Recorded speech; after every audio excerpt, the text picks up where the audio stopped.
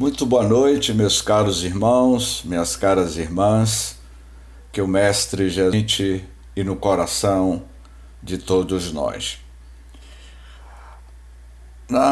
Aquela palestra, certamente, seria a palestra que eu iria considerar como o divisor de águas na minha jornada. Em uma noite, no encerramento de uma célebre semana espírita, no interior da Bahia, em uma instituição co-irmã nossa, nós fomos convidados a proferir o encerramento daquela célebre semana espírita, cujo tema da semana espírita era Felicidade sem culpa. Havia aproximadamente 170 pessoas no auditório. Eu me levantei, me dirigi ao púlpito, diante daquela distinta plateia que esperava a nossa conferência. Eu me preparei e confesso a vocês que naquela noite inusitada, eu teria a maior surpresa da minha vida, dentre tantos temas que ao longo da minha vida eu fui apresentando, mas esse tema, Felicidade sem Culpa, baseado na obra de Adenauer Novaes, eu me levantei e comecei a falar sobre as nossas questões emocionais. Ao encerrar a palestra, o auditório levantou e nos aplaudiu. E diante daquela inusitada reação do auditório em aplaudir a nossa conferência, eu confesso a vocês que o meu sentimento de gratidão e também o nosso ego de expositor ficou altamente volumoso. O ego do expositor em ouvir aqueles aplausos e todo mundo levanta para lhe aplaudir, significa que toda aquela distinta plateia entendeu a mensagem que eu falava sobre felicidade sem culpa. Para minha surpresa, ao término da nossa conferência, se dirigiu a mim um rapaz de aproximadamente 30 anos. Ele olhou para mim e me disse: "Eu não gostei da sua palestra. Você foi infeliz nas suas considerações e observações falando sobre felicidade sem culpa." Eu me recordo que na introdução da nossa palestra de 15 anos, aproximadamente, atrás, eu contava a história do senador Públio Lentulus, o personagem do livro Há 2000 anos, e eu falava do sentimento de culpa do senador. E foi em cima desta linha que eu tracei a nossa palestra de 15 anos atrás, com esse mesmo tema que vocês estão me pedindo para abordar. Só que hoje eu não vou falar do senador. Então, esse rapaz, ele escreveu um bilhete e colocou no bolso da minha camisa. Ele iria dizer: "Eu não gostei da sua palestra. E quando você chegar no hotel, leia o bilhete que eu estou lhe colocando." Ele, de forma um tanto grosseiro, enfiou o bilhete no bolso da minha camisa. Eu confesso a vocês, minhas irmãs, que eu fiquei morrendo de medo. Ele disse para mim que não gostou da palestra. Imagine o conteúdo do bilhete que ele tinha colocado. Quando eu cheguei no hotel, eu tirei o bilhete e tive a coragem de ler. Estava escrito o seguinte: "Eu não gostei da tua palestra porque você falou da minha vida pessoal. Você mexeu com as minhas feridas. Você trouxe questões que iria relembrar algumas questões do meu passado. Foi ali que, pela primeira vez, eu iria entender que as 169 pessoas que me aplaudiram não entenderam nada do que eu falei. A única pessoa que entendeu a mensagem Felicidade Sem Culpa foi aquele rapaz que não gostou da minha palestra. Isso já tem 15 anos. E durante esses 15 anos eu iria entender que nós falamos, muitos aplaudem, mas tem muitos que não entendem e não deixam ser tocado pela mensagem.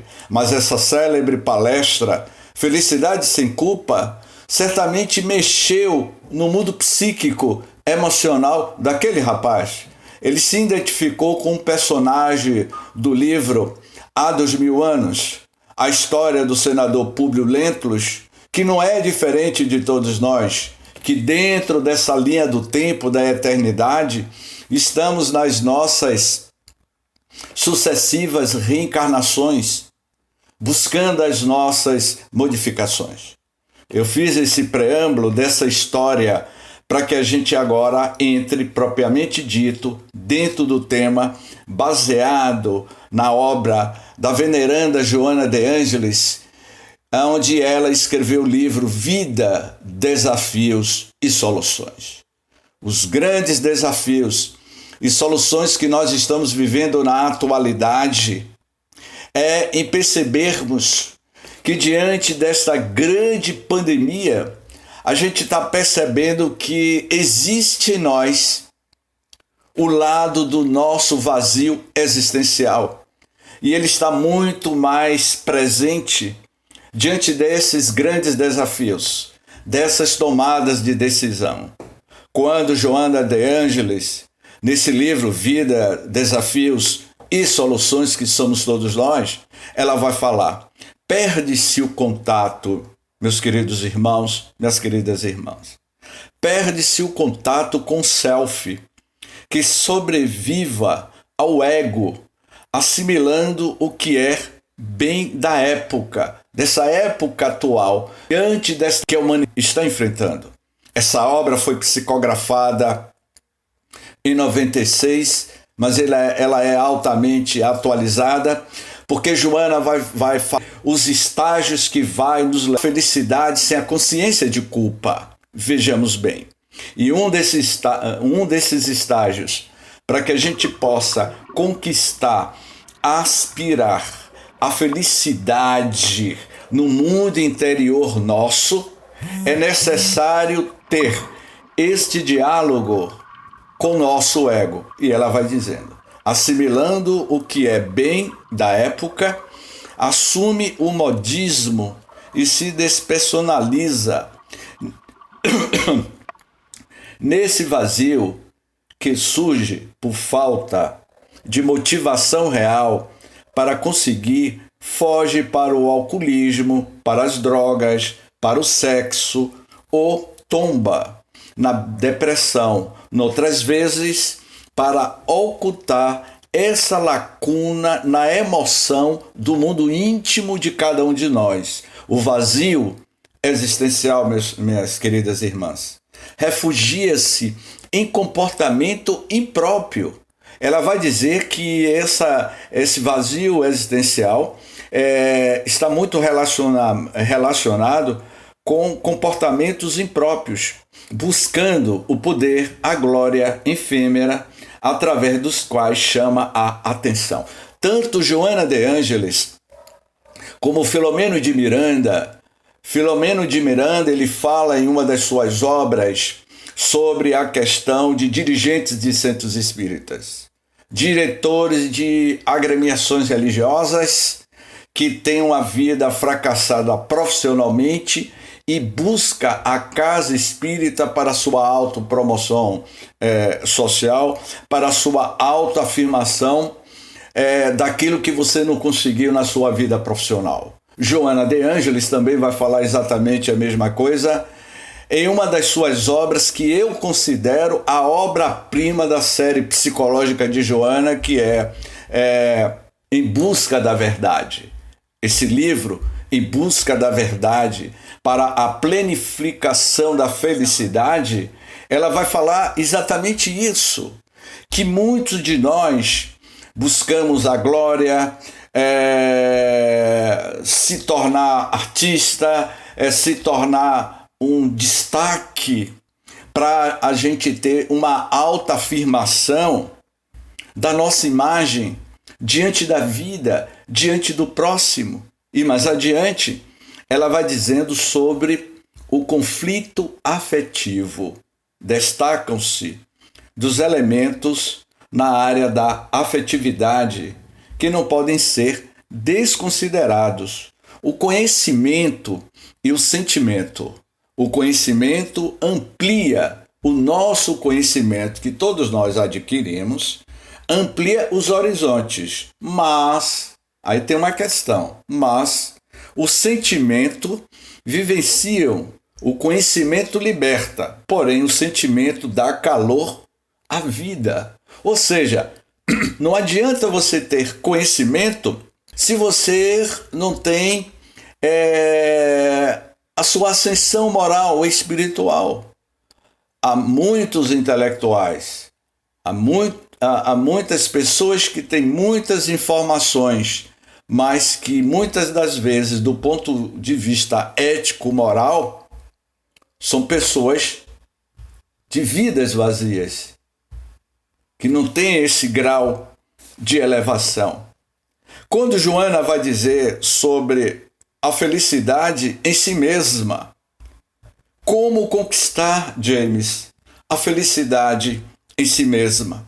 E Joana vai dizendo: a criatura não é o que se apresenta, nem como se encontra. Esse estado impermanente é transitório para o que se será, em prazer ou em sofrimento. Não se é isso, mas se está isso, conscientizando-se do contínuo no qual se encontra mergulhado. Quando Jesus afirmou: a felicidade não é deste mundo, o que foi que Jesus quis dizer? Que a felicidade das bem-aventuranças requer uma evolução espiritual das criaturas humanas.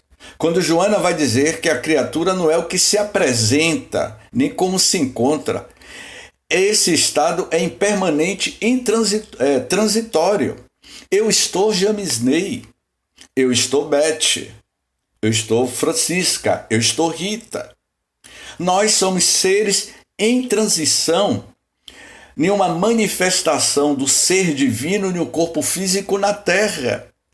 E no momento que nós mergulhamos na Terra, neste momento, nós estamos vivenciando as leis que regem o mundo físico, que por sua vez, cada um de nós estamos vinculados e veiculadas às leis do mundo de César, às leis da natureza biológica. Nós sabemos que o espírito é o princípio inteligente do universo.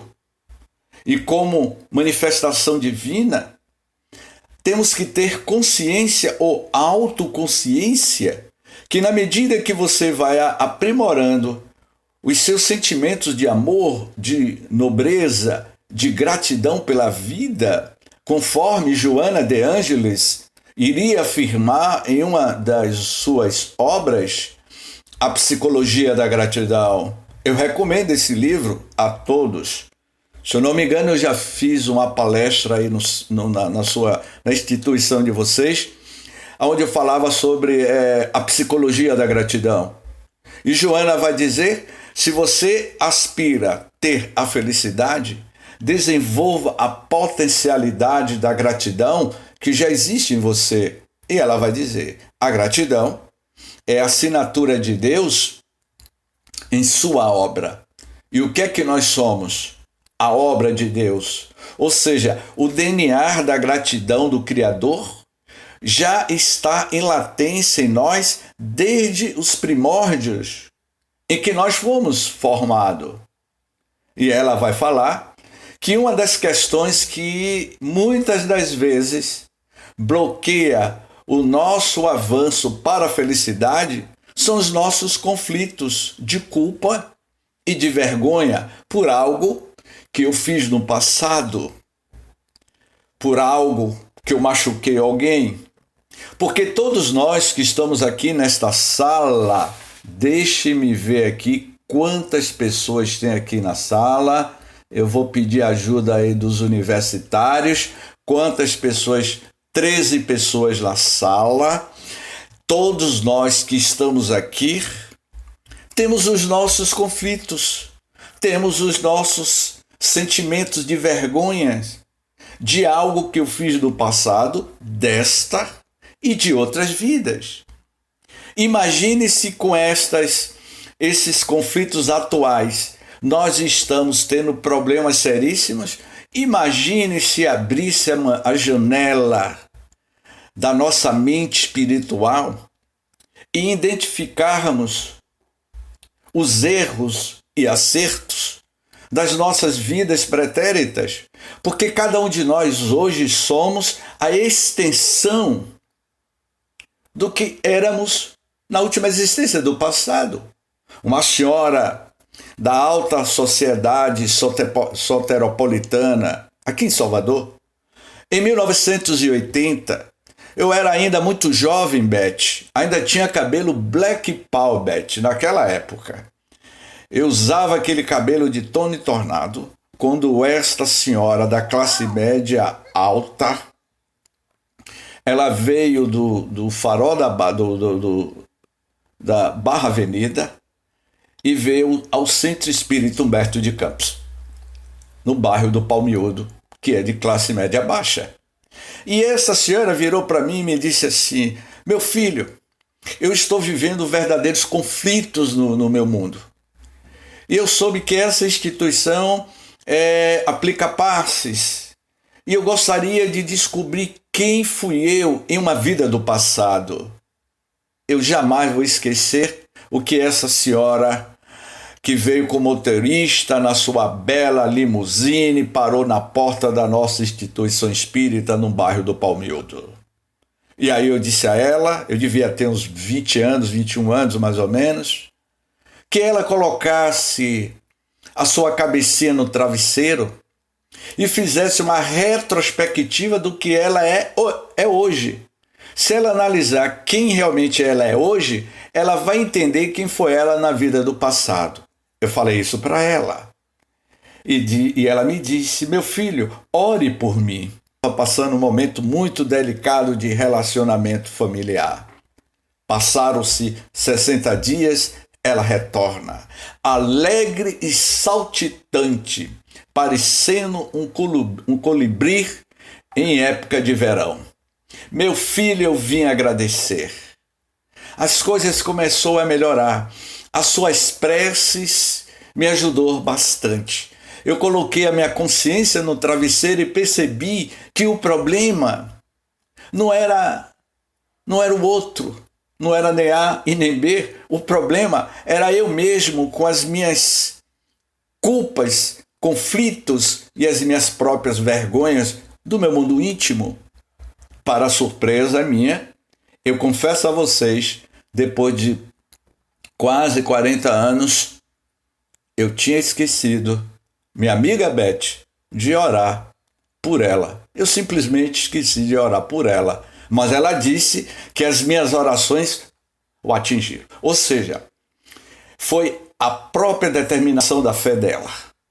Vontade de mudar de dentro para fora, arrancando com este bisturi a chaga moral da humanidade, que é os nossos próprios conflitos. Portanto, quando Joana de Ângeles vai dizer que o ser humano, carregando em seus arquivos mentais a consciência de culpa por algum deslize praticado na atual existência, como em outras vidas pretéritas, não se permite ser feliz, entrando em depressão por conta da sua própria cobrança íntima.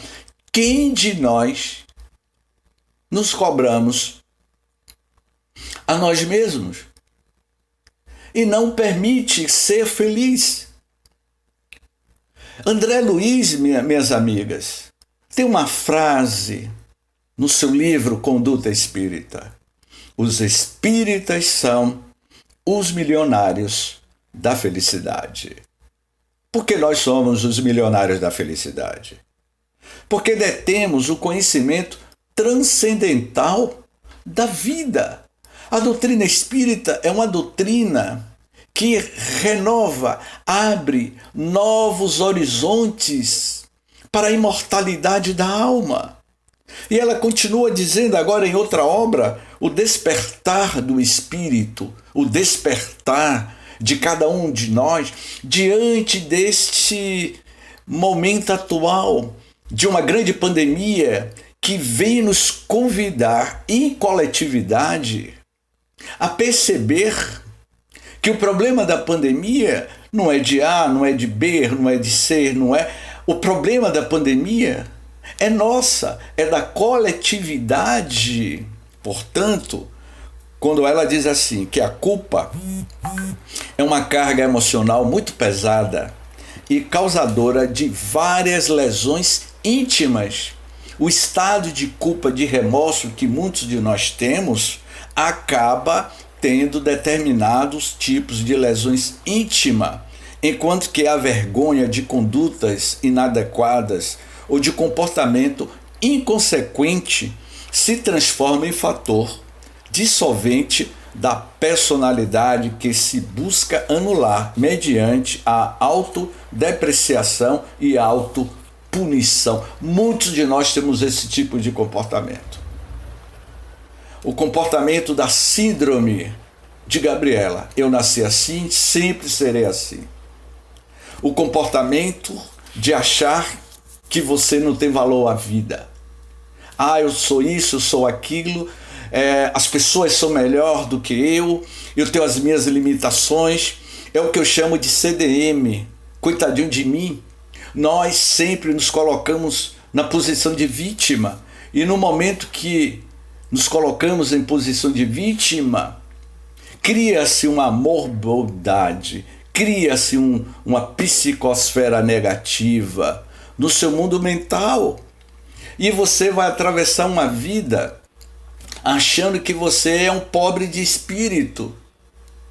Foi por isso que Jesus iria dizer: se você deseja de fato amar a Deus, para amar a Deus, você tem que passar por alguns estágios evolutivos. Vou repetir e deixar bem claro. Para que a gente ame a Deus, é necessário passarmos por alguns estágios longos, duradouros e doloridos. Primeiro, para amar a Deus, ame a si mesmo. Ame a você mesmo. Tenha dignidade. Saiba que você tem valor diante da vida. Tenha dignidade, tenha respeito pelo que você é, pelas suas conquistas. Cada um de nós temos as nossas virtudes e as nossas conquistas. Então, quando você tiver esta consciência plena de que você é amor, de que você tem dignidade, autoestima, não permitindo que o monstro da depressão se aproxime, porque a depressão não se aproxima daquela pessoa que tem um nível de autoestima elevada, mesmo desempregado, mesmo passando por dificuldades. Coloque-se acima dessas situações. Ame a si mesmo, tenha dignidade, respeito para com você mesmo. Então, você tendo plena consciência dessas virtudes que você pode potencializar em si, agora sim você vai amar o próximo. Amar o próximo é a extensão dos sentimentos, das virtudes que você já desenvolveu. Aí você vai amar o próximo, porque amar o próximo significa é sentir no outro o que você já vivenciou no passado. E quando você ama o próximo, você está amando a humanidade. Amar a humanidade significa amar a Deus sobre todas as coisas e a si mesmo. Portanto, meus queridos irmãos, as condições de felicidade que a benfeitora Joana de Ângeles vai nos mostrar com uma bússola de orientação, nos conduzindo para o porto seguro da eternidade, ela diz: surge como metas felizes os prazeres emocionais que induzem aos relacionamentos humanos promocionais, de lideranças e representações sociais, políticas, econômicas, religiosas, portadoras de grande valorização para o ego. Mas não é essa felicidade que a minha amiga Beth pediu. Eu tenho certeza quando esta conceituada direção nos convidou para abordar esse tema, felicidade sem culpa, não é para falar da valorização do ego, porque políticos, economia, religião, portadores de grande valorização, eu tenho isso, eu tenho aquilo, eu tenho empresas, hoje eu não vou falar o nome desse bilionário, ele foi o 8º homem mais rico do planeta Terra, e hoje ele perdeu tudo, mas quando ele se viu preso em uma cadeia de 4 metros quadrados, e ele vivia em uma mansão de 400 metros quadrados, tinha 300 bilhões de dólares. Bilhões de dólares. O homem mais rico do Brasil. Ele disse: eu fui ferido na minha dignidade. Eu tive tudo e de uma hora para outra eu perdi tudo. Uma relação política com os presidentes da República, um homem que transformava lama em ouro e ficou preso. Ele já saiu. Mas ele disse que o que fez com que ele repensasse a vida foi quando ele estava naquela cadeia, preso junto com outros, em situações pior do que ele iria repensar sua vida, em que ele iria dizer: o poder que nós temos, o poder econômico, ele só serve para a autopromoção de uma imagem que de uma hora para outra pode se derreter como se fosse uma máscara feita de parafina diante do sol da verdade. E é essa máscara que nós utilizamos, minhas irmãs, uma máscara feita de parafina, que com o poder da verdade, porque a verdade é a luz divina, a verdade, uma luz, é o sol divino que derrete as nossas máscaras feitas de parafina do mundo da ilusão. Então Joana de Ângeles vai dizer: o empenho para a busca da felicidade conduz à eleição de objetivos fora do mundo físico.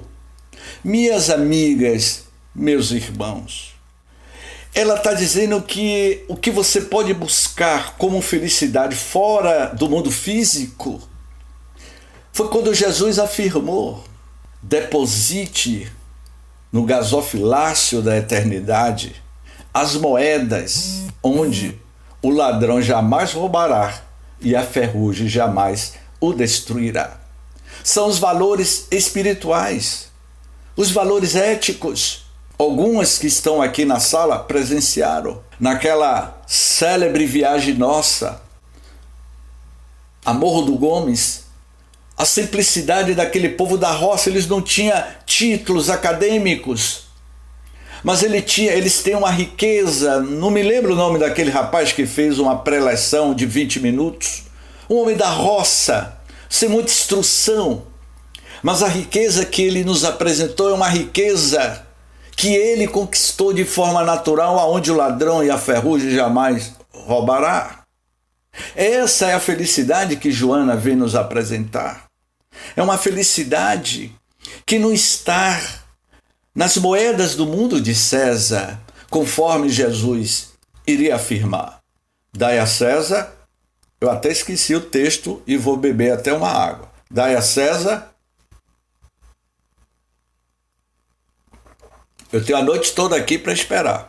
Dai a César. O que é de César?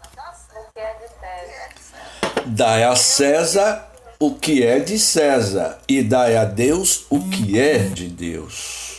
E o que é que nós estamos dando a César? Estamos dando mais moedas a César ou as moedas espirituais no gasofilácio da eternidade?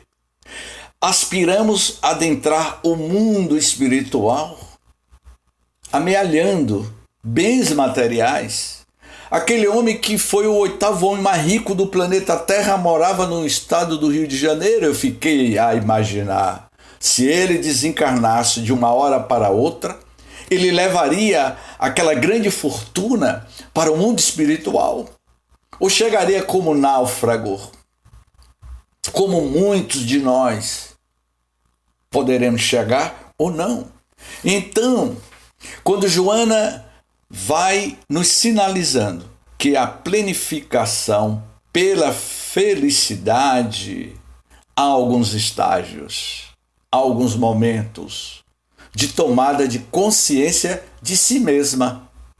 Ela diz assim: agigantando-se a consciência, a paranormalidade superior e interrelaciona-se com os seres de faixas espirituais mais elevadas, vivendo no corpo e fora dele em plenitude. Assim alcança a iluminação, a bem-aventurança, que são as expressões máximas da felicidade. O encontro com a vida espiritual pungente se torna uma perene fonte de alegria, refletindo-se, minhas amigas, em todas as coisas e pessoas do nosso relacionamento. A consciência, portanto, de cada um de nós, iluminada, é a responsável final pela felicidade. No começo, é apenas um vislumbre que temos, intuída até se torna realidade, sem a necessidade de alienação do mundo. Portanto, quando o amor veio à Terra, na figura do Filho do Homem, que mergulhou no ventre materno daquela jovem garota de 19 anos, que recebia a luz do mundo, a luz da vida no seu ventre materno, que seria conhecido como Jesus de Nazaré. Quando o amor veio à Terra para planificar a consciência do amor em busca da felicidade. Jesus, nos últimos momentos da sua estadia na Terra, ele iria declamar as 9 verdades das bem-aventuranças. E lá, no Monte das Bem-aventuranças, Jesus cindiu a humanidade quando ele abriu o seu verbo e a sua consciência e ditou as bem-aventuranças. Dentre elas, há uma que eu vou dar destaque pela proposta das nossas reflexões sobre felicidade sem culpa. Bem-aventurados os puros de coração, porque eles verão a Deus. Quando Jesus diz que bem-aventurados os puros de coração, porque eles verão a Deus, significa, meus queridos irmãos, para que eu veja a Deus, eu tenho que sair daquela consciência, cérebro reptiliano, que foi necessário nessa escala de evolução de 1 bilhão de anos de evolução que nós estamos transitando. E imaginar que a nossa amiga Beth, o ser espiritual Beth, era uma bactéria insignificante. Hoje Beth está com essa beleza total. Olha quantos milhões de anos minha amiga Beth não evoluiu. O cérebro reptiliano nosso, que tem 300 milhões de anos, Beth. O teu cérebro tem 300 milhões de anos de evolução. O cérebro reptiliano é a parte instintiva, é o instinto primário. Era no período que nós ainda rastejávamos nas entranhas da mãe Gaia. Depois veio o segundo nível, que é o segundo andar, como André Luiz vai falar sobre o nosso neocórtex, que tem 50 milhões de anos de evolução. Demos um salto quântico de 300 milhões para 50 milhões de anos de evolução. E agora estamos na atual existência como Homo sapiens sapiens. Estamos Homo sapiens sapiens, mas nós não somos Homo sapiens. Estamos em transição com a consciência atual, com o nosso superconsciente, saindo da horizontalidade para verticalidade, ampliando o nosso estado de consciência. Ampliar o estado de consciência significa que já passamos e já transitamos por esses níveis de consciências de milhões de anos. Estamos rumo ao infinito do universo, porque nós não somos apenas cidadão da mãe Gaia, somos cidadão do universo, do cosmos. Nós somos feitos de partículas divinas, nós somos feitos da poeira cósmica que deu origem à formação do nosso universo de 14 bilhões de anos, e que a inteligência já se manifestava nas entranhas íntimas da poeira cósmica da vida, onde Allan Kardec vai dizer que é o fluido cósmico universal, que aura cósmica universal. E que o que nós estamos passando agora diante desta pandemia é um remédio terapêutico para que a gente desperte o que há de mais lindo na criatura humana. Não vamos observar o lado negativo da história. Sabemos, conforme Filomeno de Miranda está falando no livro No Rumo do Mundo de Regeneração. Eu estou lendo esse livro. E você tem que ter uma condição psicológica para ler o livro, porque o livro é atual. Nós estamos vivendo o momento dos personagens do próprio livro.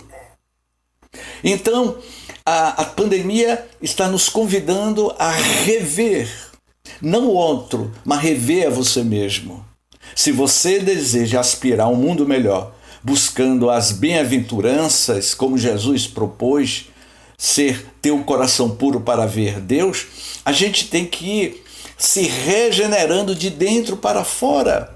Quando ele afirmou: há muitas moradas da casa de meu pai, certamente ele estava falando dos mundos habitados, de outros planetas que é habitado por civilizações muito mais avançadas do que a nossa.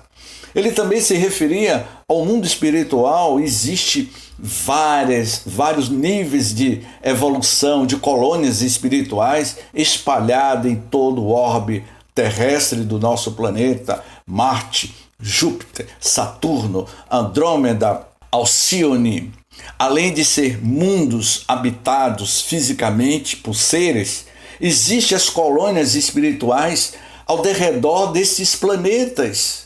Então Jesus também se referia, e aí é uma análise, dentro da minha análise da psicologia analítica, eu diria que Jesus falava das nossas moradas internas. Há muitas moradas na casa do Pai.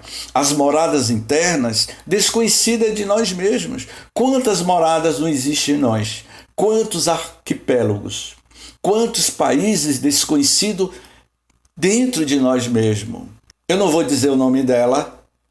Ela sabe que eu criei um carinho muito grande por ela. Não é verdade, Beth? Com certeza. Foi em 2019, se eu não me engano. Se eu estiver errado, me corrija.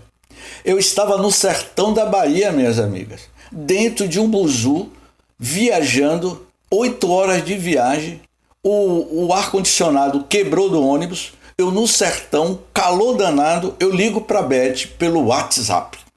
E quando Beth atende, ela estava nas Ilhas Gregas com outra amiga que eu não vou dizer o nome, em uma turnê em um transatlântico, lá nas Ilhas Gregas, e eu dentro de um buzu no sertão da Bahia, que eu tinha saído de uma palestra. Eu disse, é verdade, enquanto a minha amiga está lá nas Ilhas Gregas, eu sempre tive o sonho de conhecer as Ilhas Gregas, conhecer o Mediterrâneo, enquanto eu estou no sertão da Bahia, em um ônibus com ar-condicionado quebrado, e ela está lá nas Ilhas Gregas. O que eu quero dizer, meus amigos e minhas amigas, muitos de nós viajamos, realizamos viagens para conhecer, como eu conheço, Beth. Eu conheço Portugal, eu conheço a Argentina, conheço a França, também já viajei para fora. Mas nós viajamos em excursões para conhecer outros países, mas nós não conhecemos os países e as moradas que existem dentro de nós. Nós necessitamos mais do que nunca para que haja uma conquista plena da nossa felicidade. Façamos a viagem no mundo íntimo de cada um de nós, quebrando as nossas placas tectônicas, essas placas rígidas, constituída e construída pela matéria mental nossa. Siddhartha Gautama, Buda, iria dizer: somos o que pensamos. Com o pensamento, construímos o mundo. O mundo nada mais é do que a construção mental dos seus próprios moradores. Portanto, minhas queridas irmãs, a felicidade está em nossas mãos. Gratidão, muita paz.